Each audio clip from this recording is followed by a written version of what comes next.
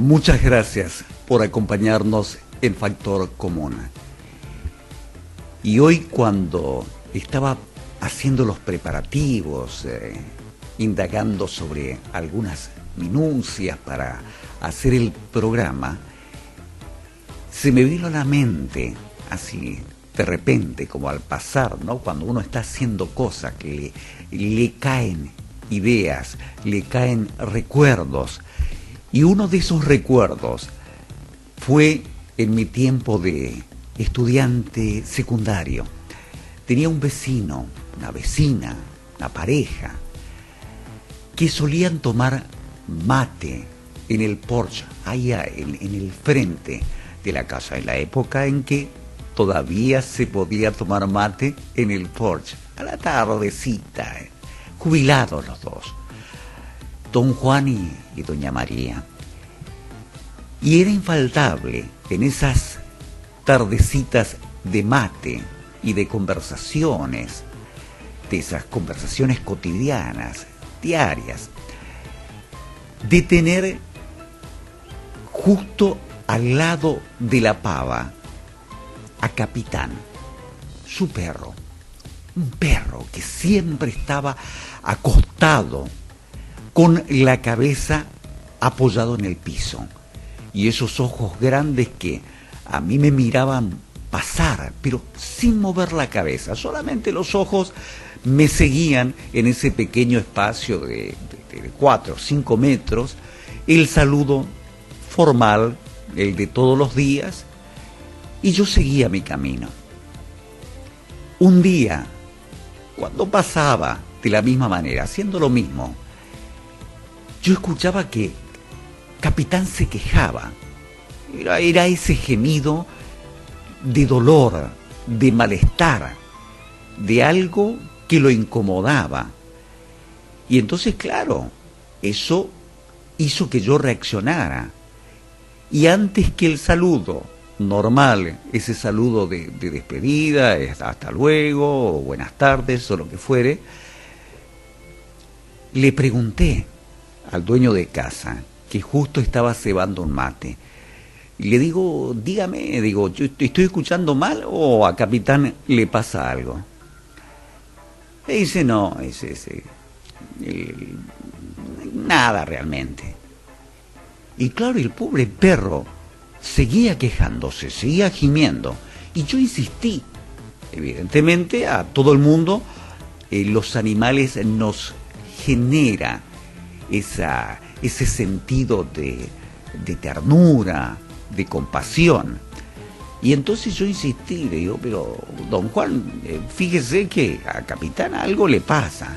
Ah, dice, sí, dice, pero no se preocupe, dice. Lo que sucede es que está sentado sobre un clavo. Claro, esa respuesta como diciendo, bueno, no pasa nada, a mí me llamó la atención. Y la pregunta fue la que cualquiera de nosotros haría. ¿Está sentado sobre un clavo? ¿O está acostado sobre un clavo? Me dice, sí.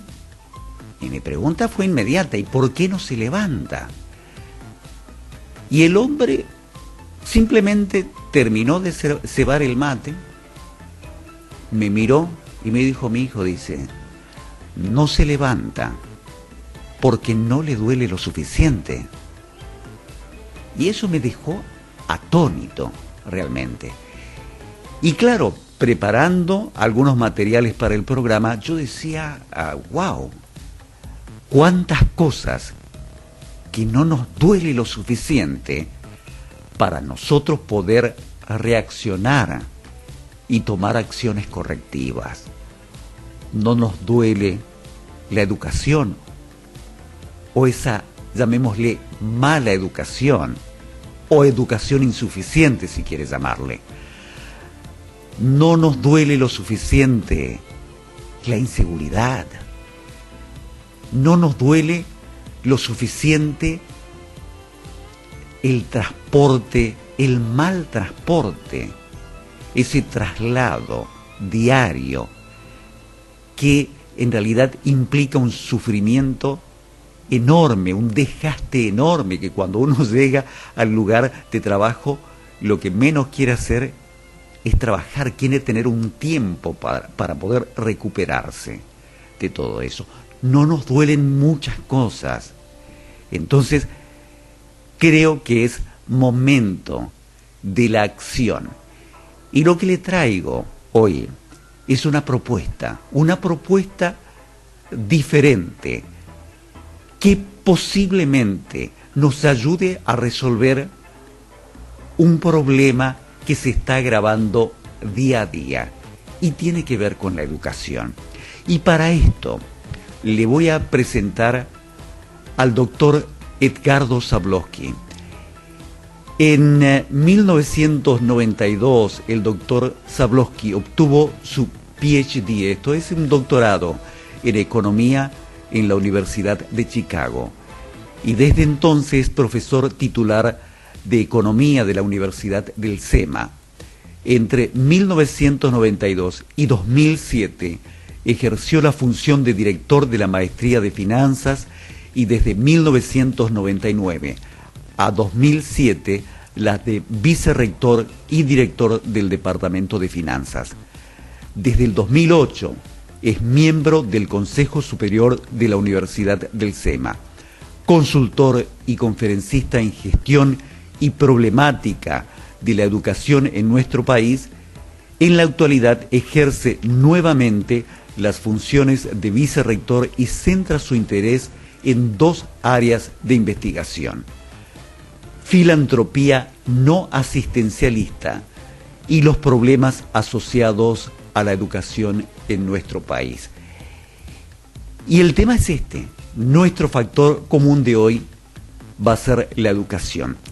Y la pregunta es, o mejor dicho, la propuesta, que uno lo puede sintetizar en una pregunta: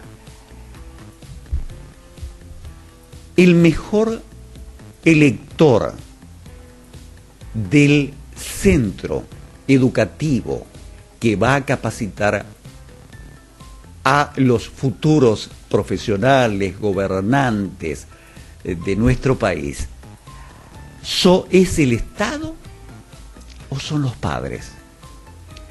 Debe ser la oferta, que sería el Estado, que subvenciona las escuelas públicas y la mayoría de las escuelas privadas, o los padres, que son los interesados, es la demanda, por un lado, que puede determinar cuál es el mejor centro, aquel que le ofrece la mayor garantía de capacitación, donde se encuentran los mejores profesionales, los profesionales interesados, los que realmente quieren hacer su trabajo como corresponde. Entonces, la propuesta del doctor Zablocki tiene que ver con un voucher educativo. Posiblemente no le suene familiar todavía ese término, pero lo más probable es que lo empiece a oír de ahora en más.